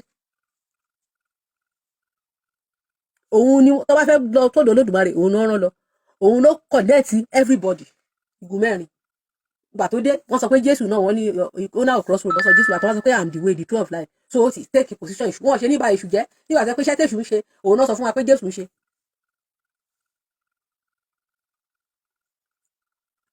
so àwọn accusation kan wà tí ẹ máa fi ń kan ìṣẹ̀ṣe ìyẹn Christian àti Muslim tí mo dẹ̀ fẹ́ sọ fún gbogbo Christian lẹ́ni pé inú ẹ̀sìn yín ló ti bẹ̀rẹ̀ inú ẹ̀sìn Abrahamic religion ló ti bẹ̀rẹ̀ nínú Old Testament Jehovah sọ pé ẹni tó bá tẹ òfin run ó ní kó stone ẹ̀ to death kán dáná sun ní Old Testament ó ní kán dáná sun kán stone ẹ̀ to death aṣáàkánú Bible kán stone account to death àbá àkánú Bible pé wọ́n stone ẹ̀ to death ó ní ẹni tó bá blaspheme against prophet òun ó ní kán stone ẹ̀ to death ó ní kán stone ẹ̀ to death kán lè dáná sun kán stone ẹ̀ to death kán dáná sun mo fẹ́ rántí story yẹn wọ́n ní Hebrew man bọ̀bọ́ kan tó sọ pé nínú Bible ń bá yẹn tó sọ wípé ó sọ̀rọ̀ òdì sí Mósè tí Mósè wá lọ bè lọ Jehovah ṣe bí Jehovah ní kán pa kán dáná sun ni ó wà nínú Bible wọ́n dẹ̀ dáná sun wọ́n dáná sun so gbogbo ibi pé bóyá Muslim ń dáná sun yàn lé ní ọ̀dọ̀ Jehovah náà ti kọ́ o èmi máa ń sòótọ́ tèmi ẹni tó bá fẹ́ ètì mi kó ètì mi Jehovah ló bẹ̀rẹ̀ kánọ́bì tó dé ni wọ́n ti ń ṣe yes so kí ni mo try láti sọ ni pé even àwọn prophet Jehovah gan ní Bible wọ́n bẹ́ orí èèyàn bí èèyàn kíní ni orí 7,000 èèyàn kan náà sọ fún wa pé Elijah bẹ́ tó bẹ́ wọn dànù Samuel the prophet òun náà bẹ́ orí King Agag àbí kò sí inú Bible ní àwọn Catholic ṣèbí Bible náà tẹ̀lé ẹni tó bá ṣe blasphemy ní Europe tẹ́lẹ̀ wọ́n máa ń dáná sun ni wọ́n á pa wọ́n á dáná sun wọ́n á burn alive Willetinde ẹ lọ ka Willetinde kẹ John Wycliffe tó kọ́kọ́ translate English Bible ìgbà tí wọ́n pa wọ́n dáná sun ni wọ́n stone to death wọ́n ní 1384 nínú history nǹkan táwọn British òṣìṣẹ́ Christian wọ́n nìyẹn tó bá ti ń wo bọ́n ṣe pa àwọn bàbá wọn látijọ́ wọn ò ṣe lọ ṣọ́ọ̀ṣì wọn nìyẹn inú ló bí wọn àwa ò taste sample ìyá àwa kan ọpọlọ orí náà kó àwa àwọn ilé ìjìyà gidi gan àwọn ti bíbá wọn jẹ ìyà gidi gan ní 1384 tó ń pa John Wycliffe tó ń dáná sun ìgbà tó di 1412 tó ń review case ẹ̀ wọ́n ní kó lọ wú gbogbo òkú ẹ̀ wọ́n ní kó jó gúrúgúrú ìgbà tó yá ń sin àwọn òyìnbó ti kúrò ní level yẹn wọ́n ti ṣe machine tó ẹ pé tẹ bá kàn ju èèyàn sí báyìí ó máa jó ẹnìyẹn straight ní aṣọ de irú ẹ wá ní ìṣẹ̀ṣe wa ló ń jóyàn ẹ jọ báwo ni ìṣẹ̀ṣe wa ṣe ń jó èèyàn ìṣẹ̀ṣe àwọn tó kẹ̀sìn wá fún wa ló ń jó èèyàn tewé bá pẹ́ lára ọṣẹ ó dọṣẹ gbogbo ẹni tó bá ń jó èèyàn dé ní inú ẹ̀sìn àjèjì ni wọ́n ti kọ́ ó wà gbogbo kí ni ìwà àánú báyìí bò dẹ̀ clear kí ló dé tẹ́ ṣe máa ń parọ́ pé ìṣẹ̀ṣe ló ń ṣe ó clear ó straight forward àwọn wo ló ń sun náà ṣe wọ́n ti ṣe level pé àwọn India àtijọ́ tí mo bẹ̀ láwọn Hindu pé kí ló dé ṣe máa ń jókòó yín wọ́n ní òkú India àtún ọ̀bá jókòó lè rí léwọ̀ wọ́n gbọ́dọ̀ jó pé spirit ló ti lọ kò ní bọ́dì mọ́ pé spirit àbọ́dì náà ń jó wọn ju spirit kan náà ń jó wípé ritual àti wọn nìyẹn ìṣẹ̀ṣe àwọn eléyìí ti graduate débi pé cremation wọ́n á kàn ju ẹnìyẹn báyìí sínú machine yẹn á dẹ̀ ju ẹnìyẹn á dẹ̀ sọ́ de eru wọ́n ti dé level yẹn ẹ wá ní ìṣẹ̀ṣe wa ló ń jó èèyàn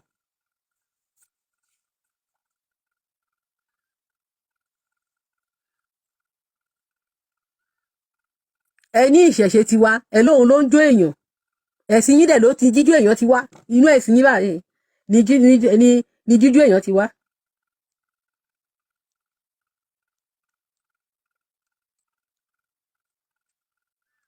inú ẹ̀ ni ká máa jó èèyàn ti wá.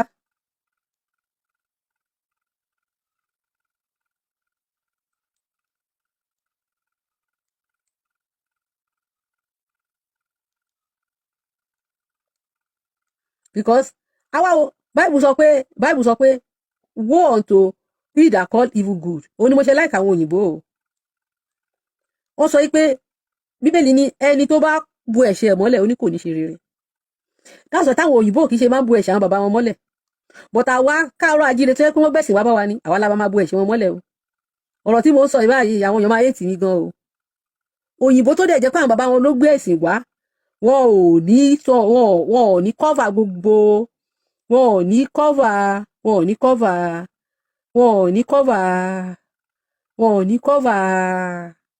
wọn ò ní cover àṣìṣe àwọn bàbá wọn ò ní cover ẹ̀ ẹni tó ń lọ tí wọ́n lọ ń bẹ̀bẹ̀ káàkiri pé everybody forgive àwọn pé fún nǹkan táwọn bàbá wọn ṣe òun ni mo ṣe kọ orin kan lẹ́ẹ̀kan mo lórin tí dá mi kọ pé Ifá ti ń gba ayé lọ ọ̀gbẹ̀rì o mọ tí rọ́bà lọ lógún ọdún o tó máa bá lọ́jọ́ kan Ifá ti dé ìfẹ́ wá káyé jọ ẹ máa ṣe ká takora wa pẹ̀lú ọ̀rọ̀ sísọ o mo ní orin yẹn Ifá ti gba ayé lọ ọ̀gbẹ̀rì ti mọ ohun bó ṣe bẹ́ẹ̀ ni Ifá ti gba ayé lọ ọ̀gbẹ̀rì ti mọ irọ́ tó lọ lógún ọdún òótọ́ ti bá lọ́jọ́ kan Ifá ti dé Ifá ti ń káyé jọ ẹ máa ṣe ká takora wa pẹ̀lú ọ̀rọ̀ sísọ mo ní àwọn ọ̀gbẹ̀rì ṣé wọn mọ̀ pé Ifá ti gba ayé lọ lóòótọ́ wọ́n mọ̀ ṣùgbọ́n wọ́n ṣàfà àwọn tó kó yín lẹ́rú ọpọlọ wọ́n ní ẹ̀yin bàbá yín náà kó lẹ́rú o wọ́n lè sọ fún ẹ̀yin ọmọ o àwọn bàbá wa kó yín lẹ́rú ni o ẹ̀yin ọmọ ẹ padà sílé ẹ lọ tún ẹ̀yin bàbá ti yín ṣe láti 1947 náà ti dá UNESCO tó ti fi ìṣẹ̀ṣe wá sí ìgbà yẹn náà ni àwọn India náà lọ opportunity làwọn Chinese náà lọ opportunity àwa Chinese gbogbo wọn táwọn yẹn gbọ́ràn ayé China ti dá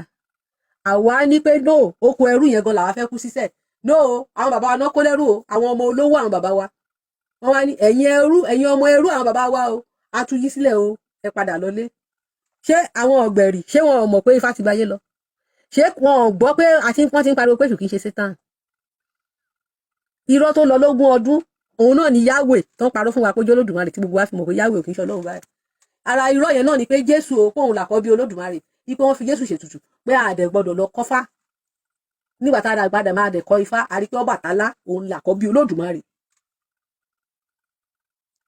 tó bá ti sọ pé ojúbà akọ́dá Ọbàtálá lójúbà kì í ṣe Jésù ó ń tanra ẹ̀ jẹ ni torí pé àwọn bàbá wa ti ń júbà akọ́dá kí Jésù tó wá tó bá ní ojúbà akọ́dá aṣẹ̀dá Ọbàtálá ló ń jẹ́ bẹ́ẹ̀ òun ni àkọ́dá tó ṣẹ̀dá ènìyàn òun ni àkọ́dá tó ṣẹ̀dá Jésù kọ́ ni àkọ́dá aṣẹ̀dá wọn ò bí Ọbàtálá o torí kólúwo wá sọ bàbá ẹ̀ fún wa olúwo tó ń sọ ọ̀rọ̀ kátikàti lẹ́nu òun ni mọ̀rímọ̀rí tó ń mọ̀rí ọmọ tuntun òun ni àkọ́dá aṣẹ̀dá wọn láyé sọ pé gbogbo àwọn oríkì òrìṣà tí wọ́n gbé lọ ṣọ́ọ̀ṣì ẹ fi ń kó bá Jésù ni a dẹ̀ fi ń kó bára wa torí nǹkan tí Jésù ò lè ṣe la sọ pé Jésù ń ṣe oríkì àwọn bàbá wa ti sọ wọ́n ti fi sọ̀wá olúkálukú fún wa ni wọ́n fi sọ̀wá Ògún fún wa wọ́n fi sọ̀wá Ọ̀rúnmìlà fún wa wọ́n fi sọ̀wá Ṣàngó fún wa wọ́n fi sọ̀yà Ọya fún wa wọ́n fi sọ ìwà ìyá Àbẹ̀ní wọ́n fi sọ nǹkan tí gbogbo àwọn òrìṣà yìí lè ṣe wọ́n ṣe kí oríkì wọn fún wa nígbà tá a lè mú gbogbo oríkì tá a lọ gbé fún Jésù amóríkì Ògún lọ fún Jésù amúti Ṣàngó lọ amútọya lọ amútọ̀ṣun lọ gbogbo ẹ̀ lágbé lọ. ilé ni mo wà tí mo gbọ́ kìkì Jésù o àkiri ṣoore o aṣoore kiri Jésù mà kú iṣẹ́ o Ọ̀rúnmìlà lákiri ṣoore nínú fá o Ọ̀rúnmìlà bára Àgbọnnìrègún òun ló máa ń ti ìlú kan lọ ìlú kan tó lọ máa ń ṣoore káàkiri Ọ̀rúnmìlà ló máa ń ti ìlú kan tá lọ ìletò kan tó lódùmarè Ifá àwùjọ kan mo sọ̀rọ̀ mo ní kọ́lọ́run dárí ẹ̀ṣẹ̀ mi jì mí láyé tí ò sí mọ́tò tí ò sí tẹkinọ́lọ́jì Olódùmarè á kàn máa rán Ọ̀rúnmìlà káàkiri Olódùmarè máa stress Ọ̀rúnmìlà o mo ní ìwọ Ọlọ́run dárí jì mí mo ti sọ kí nìyẹn tó lọ́jọ́ ẹ̀ mo ní kọ́lọ́run kó dárí ẹ̀ṣẹ̀ mi jì mí o Ọ̀rúnmìlà ní Ifá sọ fún wa pé ó máa ń kiri ṣoore òun ló lóríkì yẹn bọ̀tìgbà tó yára ẹ̀ sọ oríkì Jésù ẹni lé ní gbogbo oore tí wọ́n ní Jésù ṣe kò jẹ́ kọjá Israel Ọ̀rúnmìlà ló ń kiri ṣoore káàkiri táwọn babaláwo bá kí Ifá akiri ṣoore fún yín tẹ bá pè babaláwo kan pé kí ni ìdí tó ṣe ń pe Ọ̀rúnmìlà ní akiri ṣoore wọ́n á kí Ifá oríṣiríṣi fún yín wọ́n á dẹ̀ máa kí jáde wọ́n máa kí jáde wọ́n máa kí jáde wọ́n máa kí jáde bọ́lé ní nǹkan Ọ̀rúnmìlà ni wọ́n máa ń kí pé àtórí ẹni tí kò sunwọ̀n ṣe torí Ifá tó gbé dání torí nínú ìṣẹ̀ṣe tiwa nígbà tá a bá lọ ọ̀dọ̀ òrìṣà tá a lọ yan ìpín lọ́dọ̀ Bàtálá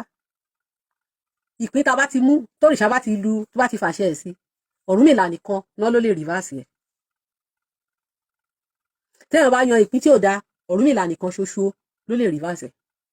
Olódùmarè ṣe iṣẹ́ tó lódùmarè fún àwọn irúnmọlẹ̀ ni o wọn ò bóòsì fáwọn làwọn lágbára o iṣẹ́ tó ń gbélé wọn lọ́wọ́ pé kán máa ṣe ni wọ́n ń ṣe o òun ló máa tún orí tí òṣùwọ̀n yẹn ṣe òun náà ṣe ń pè ní atórí ẹni tí òṣùwọ̀n ṣe gbogbo oríkì pátápátá lè ti gbé fún Jésù ẹ jọ̀ọ́ báwo làwọn èèyàn ṣe fẹ́ ránṣẹ́ ti àwọn tó lóríkì gan táwọn èèyàn bá kì í báyìí àwọn Christian mi gan alónírọ́ ni wọ́n á ní wọ́n jí oríkì Jésù fún ṣọ́ọ̀ṣì òun ni mo ṣe máa sọ tó wáyé pé oríkì Jésù náà jí lọ ṣọ́ọ̀ṣì ẹ jọ̀ọ́ ṣé wọ́n ń kí oríkì ní Israel ṣé àwọn ará Israel ń kí oríkì ni àbí Jésù sọ Yorùbá rí débi tí ọdún wo náà gbé Jésù wá tó fi wá jẹ́ pé wọ́n fi jí oríkì so ibi tó yẹ kẹ́ tá bá ti tá àbá ponú tó yẹ ká ti mọ̀ pé oníṣẹ̀ṣe làwọn bàbá wa ń gbà tó gba Christianity oríkì tí wọ́n ti ń kì nílé òrìṣà wọn òun náà ló ń kì ní ṣọ́ọ̀ṣì nígbà tó ń gbẹ̀sìn so kì í ṣe Jésù ò ní oríkì gbogbo oríkì tá fún Jésù fake ní gbogbo ẹ̀ bu God Yahweh fúnra ara ẹ̀ orúkọ 77 péré ló ní olórúkọ ẹgbàágbèje ni bàbá yín irọ́ lẹ́ ń pa o Yahweh ò lórúkọ ẹgbàágbèje o Yahweh kò ní orúkọ ẹgbàágbèje irọ́ lẹ́ ń pa Yahweh ò kì í ṣe olórúkọ ẹgbàá ẹjọ́ ṣé mo ṣe wà audible mi ní pẹ́ parí ṣòro Yahweh kò ní orúkọ ẹgbàágbèje ẹjọ́ ṣé mo ṣe wà audible tí wọ́n wà audible ẹjọ́ ẹ̀kọ́ bá mi sọ pé yes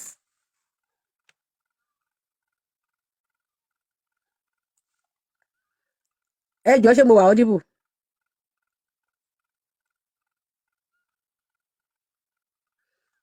ẹ ṣe Yahweh kò ní orúkọ ẹgbàágbèje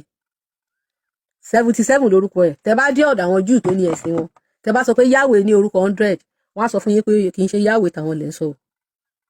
ẹ ṣe gbogbo ẹ̀yin tèmi so Yahweh ò lórúkọ ẹgbàágbèje o àwọn Christian Yorùbá àwọn náà wá orúkọ fún Yahweh o àwọn náà sọ Yahweh lórúkọ ẹgbàágbèje o Olódùmarè lórúkọ ẹgbàágbèje o Olódùmarè lórúkọ mo dẹ̀ sọ fún yín pé odù yẹn náà Ifá ló ń jẹ́ bẹ́ẹ̀ o Ifá ló ń jẹ́ bẹ́ẹ̀ o dáàsọ tó fi jẹ́ pé Ọ̀rúnmìlà nìkan ṣoṣo ni o immortalize ara ẹ̀ ẹni tó bá ti ń jẹ́ Ifá yẹmí Ifá bùnmi Ifá gbèmí Olódùmarè ló his name is to Olódùmarè straight bẹ́ẹ̀ ni o ẹ ṣé ẹ̀yin èèyàn mi so gbogbo oríkì kọrí time tá a fi kún nǹkan tó yìnbó fún wa lénìí thank you follow up from Femi British ẹ ṣé British Columbia Canada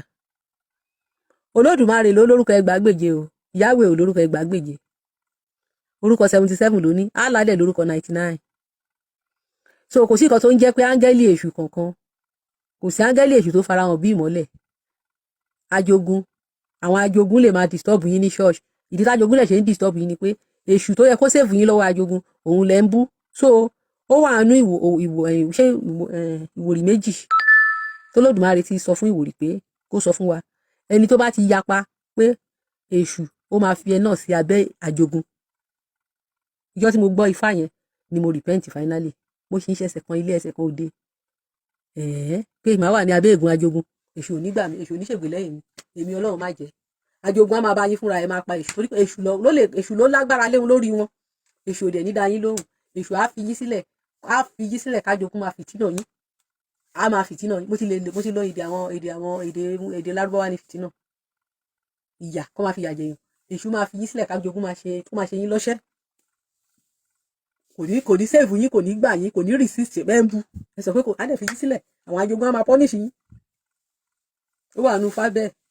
pé ẹni tó bá ti yapa ifá ní àgbọ́dọ̀ yapa rárá ni ṣùgbọ́n àwọn tó bá ti pinnu láti yapa kí wọ́n jọ́ tó bá gbé aago sílẹ̀ kọ́ sórí amùkóló ẹ ló máa kọ́ sọ pé nígbà táwọn bàbá wa kọ́kọ́ yapa yẹn ó ń dùn kì í ṣọjọ́ wọ́n ní ifá sọ pé ó ń dùn ó ń yun ìgbẹ̀yìn ẹ̀ la ògùn adífá fún ọmọ tó fi bàbá tiẹ̀ sílẹ̀ tó lọ ń pe bàbá oníbàbá ní bàbá ó dùn ó yun ìgbẹ̀yìn ẹ̀ lẹ́wọ̀n mọ̀ nísìnyí báyìí kọ́ ṣó ń dùn ṣó yun mọ́ àwa la ẹ wo blessing ẹ wo bí Nàìjíríà ẹ bá jogún ṣe sọ́sá jogún sọ Nàìjíríà dà ẹ wo nǹkan tí a jogún sọ Nàìjíríà dà ẹ wo nǹkan tí a jogún ẹ wo nǹkan tó sọ Nàìjíríà dà ẹ wo nǹkan tí a jogún ẹ wo nǹkan tó sọ Nàìjíríà dà ẹ wo nǹkan tí a jogún ẹ wo nǹkan tó sọ Nàìjíríà dà ẹ wo nǹkan tá jogún sọ Nàìjíríà dà so gbogbo àwọn nǹkan tó ti sọ fún wa ń gbà yẹn a lè continue dákúdàkú wọ̀nyẹn mọ́ o we must change yeah we need to change kò sáyè gbogbo àwọn irọ́ tó ti pa fún wa yẹn a lè continue yẹn mọ́ so pé àwọn ìránṣẹ́ èṣù àbí kankan yẹn àwa ìránṣẹ́ èṣù là ń sọ̀rọ̀ yìí èṣù ló rán wa níṣẹ́ pé ká wá tún ẹ̀yàn bàbá wa ṣe tẹ bá ní ẹ̀kántà pẹ̀lú èṣù gbogbo irọ́ tó ti pa fún yín bá máa kúrò lórí yín ni èṣù á bẹ̀rẹ̀ sí máa wọ́ pẹ̀lú brain yín iṣẹ́ tí èṣù ń ṣe nìyẹn kí ló kan èṣù mo yọ ọmọ ẹsẹ̀ kan ló ní ọ̀rọ̀ èṣù sí pé èṣù ṣé èṣù mọ̀ ẹ́ rí ni èṣù gan rí ti ẹ̀rù tẹ́ṣù bá bá ẹ lálejò yẹ kó máa dúpẹ́ ni yẹ ẹlẹ́ṣù ọ̀rọ̀ èṣù sóò gbọ́ta ni ọlọ́run tó ní èṣù tó rán sí mi ló jẹ́ kí o lọ tẹ́ṣù bá bá ẹ lálejò yẹ kó máa ṣọpẹ́ pé èṣù ó bá mi lálejò èṣù bàbá dáadáa gbogbo àwọn orin tá à ń kọ fún Jésù ṣọ́ọ̀ṣì èṣù ló ní èṣù ní bàbá aláàánú mi o ọ̀làánú rẹ èṣù jẹ́ ń jẹ kàlẹ́ bàbá mi bàbá aláàánú tèmi o ọ̀làánú rẹ èṣù jẹ́ ń jẹ kàlẹ́ bí olókè méjì lẹ́yìn rẹ àánú rẹ o bàbá ni mo fi ń tọrọ torí náà màrè ẹ̀bẹ̀ mi màrè ọ̀làánú rẹ èṣù jẹ́ ń jẹ kàlẹ́ èṣù ló yẹ kẹ́ máa kọrin yẹn fún kìí ṣe ẹni Jésù láláàánú Jésù lóun ran yín bí àgùntàn lọ sáàárín ìkòkò ẹ̀dẹ̀ ló láàánú yín Ọlọ́run ayẹ̀kẹ́ yẹn gọ̀ ọjọ́ kan mo wà ní ọ̀dọ̀ àwọn mo lọ sí saloon ẹ̀wọ̀n ilẹ̀ ọ̀sẹ̀ kí ẹ̀ àti ní lẹ́yìn kejì má ti àwa lóògùn náà la máa ń jójó yẹn ṣọ́ọ̀ṣì gbà yẹn lọ́tà máa jí àti ní lẹ́yìn kejì má ti ní bàbá tó rán ẹ níṣẹ́ tó sọ pé òun sọ ẹ́ dàgùntàn lọ sáàárín ìkòkò tó ní tó bá dẹ̀ protect ara ẹ ó lóò lè rọrùn wọ̀ o gbọ́dọ̀ kú o wá sọ pé àti ní lẹ́yìn kejì má ti ní o máa ṣe abẹ́ rí pé àwọn èèyàn wa Ọlọ́run ló mọ ta ló tún báìbù fún àwọn bàbá wa sáwọn bàbá wa ò ká báìbù tó wà lọ́wọ́ wọn ni kí ni èèyàn ò tẹ̀ tí ì yé mi èèyàn tó sọ pé òun rán yín gẹ́gẹ́ bí àgùntàn lọ sáàárín ìkòkò kí oúnjẹ ìkòkò dẹ̀ ní àgùntàn ní ìkòkò èèyàn tó fi sọ yín dàgùntàn fún ìkòkò tó dẹ̀ sọ pé tẹ bá protect ara yín pẹ́kẹ́ ẹ̀dẹ̀ wá ní àti nílẹ̀yìn kójú má ti ní o mà ṣe ò bàbá kò dẹ̀ pè yín lọ́mọ ẹrú ló tún pè yín slave ló pè yín o àwọn àwọn àjọ lọ nínú ṣọ́ọ̀ṣì bí o bó kọrí kan ní Apostle Paul ṣé ní Colossians chapter 2 ni ó ní having spoiled principalities and power he made sure of them and triumph over them ó ní lẹ́yìn tó ṣẹ́gun principalities àti àwọn power àwọn aláṣẹ ayé àtàwọn ẹni bí òkùnkùn ó ní ó wá fi wọ́n ṣe yẹ̀yẹ́ the same Paul again ló tún wá sọ pé flee every appearance of the devil ẹ jọ ẹ rí pé confusion gidi ni ìwọ ló sọ pé ẹni tó sọ pé ló ti gbàgbára lọ́wọ́ devil ó ti sísì power yẹn ìwọ náà ló tún wá sọ pé ká tún sá fún devil ẹni tó ti gbàgbára lọ́wọ́ ẹ̀ ṣebí kò yẹ kó wà harmless ni now ẹni tó ti gbàgbára lọ́wọ́ ẹ̀ ṣebí yẹ kó wà harmless ni ibi tó yẹ káwa àti àwa tó ń bí sínú ẹ̀sìn Christianity àtàwọn tó sì wà ń bẹ̀ ẹrù pé má ti sọ̀rọ̀ Christian gbàgbé máa ń kára mi mọ́ yín máa láwa Christian máa kára mi máa rí àwa yes ọjọ́ kan wọ́n ṣe àwọn àkànṣe mo sọ fún àwọn Christian mo ní torí tí mo dàgbà sí nìyẹn ẹ jẹ́ ká bẹ̀rẹ̀ sí yára wa lọ́pọlọ ni okay wọ́n sọ fún wa pé Jésù ti kú lórí igi àgbélébùú ó ti gbàgbára lọ́wọ́ Sátánì ó ti gbàgbára lọ́wọ́ ikú wọ́n ní ó gbàgbára lọ́wọ́ ikú àwọn èèyàn dẹ̀ ṣì ń kú o ikú oró tí ń bá kú ìyà ẹ̀ṣẹ̀ tí ń bá jẹ gbogbo rẹ̀ ló ti kú lọ Jésù Olúwa ló máa ṣe o torí ìmì ló ṣe jìyà ètùtù ẹ̀ṣẹ̀ mo dúpẹ́ o ṣe ètùtù ẹ̀ṣẹ̀ mi ò lè gbàgbé o ètùtù ẹ̀ṣẹ̀ tó gbẹlẹ́ṣẹ̀ là tó sọ wá dán ọmọ àjùlé ọ̀run ìyanu mi ò lè gbàgbé o torí lẹ́yìn tí Jésù gbàgbára lọ́wọ́ ikú tán ń ròyìn rẹ̀ káráyé gbọ́ oore tó Olúwa ṣe oore tí Jésù ṣe fẹ́mi ọmọ rẹ̀ ń ròyìn rẹ̀ ẹjọ́ ìyà tó tí ń bá jẹ gbogbo ẹ̀ ló ti kó lọ a sọ bẹ́ẹ̀ tán the same Jésù yẹn náà ló tún sọ pé òun máa tún dáná sun wá the same wọ́n sọ fún wa pé Jésù ti gbàgbára lọ́wọ́ Sátánì yet adẹ̀sìn bá Sátánì jà òun ni mo ṣe wo bí ẹ ṣe ẹ̀yin wòlíì bẹ́ ṣe bá yé Mohbad jẹ́ ẹ̀yin lẹ́ bá yé ọmọ yẹn jẹ́ tí Mohbad lọ ń kọ orin èmi òun pèsù dànù òun tẹsẹ̀ lẹ́tẹ̀ kan ó ta amúrégéjì gan as about me ọmọ Ọlọ́run kò lè sú mi ṣekeṣeke búla I'm still getting my múla dọ́là pẹ̀lú náírà ikú tó pàyà tíṣà ó lè pa àwọn níkà kí ló ń fò ó lókè ẹ̀yẹ ló ń fò ó lókè fíìmù yẹn tó ṣó nínú fíìmù kìíní yẹn tó rí tí àwọn yẹn gbé kìíní dání báyìí kòkò tó ń tanná tó ń lé káàkiri má tẹ̀mí mọ́lẹ̀ o má tójú ilẹ̀ mọ́lẹ̀ kó má ba tèkólẹ̀ ìwọ ló má fèkólẹ̀ ó fèkólẹ̀ fún wa mẹ́ta mọ́ta gbòòsà kìnìkan fẹ́ jọ kí n rántí orin yẹn sí ó ní òun kún bible chapter ọmọ yẹn ní ìgbàgbọ́ nínú bible yẹn gangan àwílògbòlògbòǹbà òun step lórí Satan òun pa èṣù dànù òun ta amúrégéjì gan ṣe rí bẹ́ẹ̀ ṣe kó bá ọmọ ọlọ́mọ bẹ́ẹ̀ ṣe ń kó bá àwọn youth ọmọ ológo ṣé wọn kẹ́mi tí get over Mohbad dì sí àdíyọ àná ni mo sì bí Ọlọ́run pé ìwọ Ọlọ́run mi ìmọ̀ ọmọ ìrí ìgbà tó wà láyé orin ẹnìkan ni mo gbọ́ rí mi ò tiẹ̀ mọ ẹni tó kọrin náà mo kàn má láìkò orin ẹni mo lórin kan tó yẹ pé tí n bá ti ń gbọ́ orin yẹn máa ń inspire mi báyìí orin yẹn tí n bá ní pressure mi máa ń high tí n bá ti gbọ́ orin ọmọ yẹn orin yẹn ara mi máa ń calm mi down mo rò pé ṣé ọmọ yẹn wá ní Mohbad wọn á ń bẹ Ọlọ́run pé ìjọ kó mú kíní ọ̀rọ̀ ọmọ náà kó mú kúrò lára mi toró ti lọ mi ì lè wá ní hypertension but ẹ̀yin wòlíì ilẹ̀ kó bá ọmọdé because èṣù tó yẹ kó save ẹ̀ òun ló lóun tẹ̀ mọ́lẹ̀ kóun pa tó ṣí báìbù tó ta amúrégéjì gan torí a ti fún ọmọ yìí ní pressure pé kò sí nǹkan tí báìbù lè ṣe àwọn tó dẹ̀ gbé bíbélì wá fún wa gbogbo alárí pé nǹkan ogun náà fi ń jagun wọn fi bíbélì jagun o wọn fi bíbélì jagun àwa la máa ní tọ bíbélì kan báyìí àwa la máa ń kọjú bíbélì síra ní ṣọ́ọ̀ṣì o wọ́n ní ẹgbẹ́ ìhámọ́ra Ọlọ́run o bíbélì ló sọ di ìhámọ́ra Ọlọ́run fún wa o ẹ wo time ti lọ. This is ODUA TV Watch. Don't forget to subscribe, comment your opinion, like, comment and share so that other people can get access to what you enjoy on our channel. Thank you. We love you.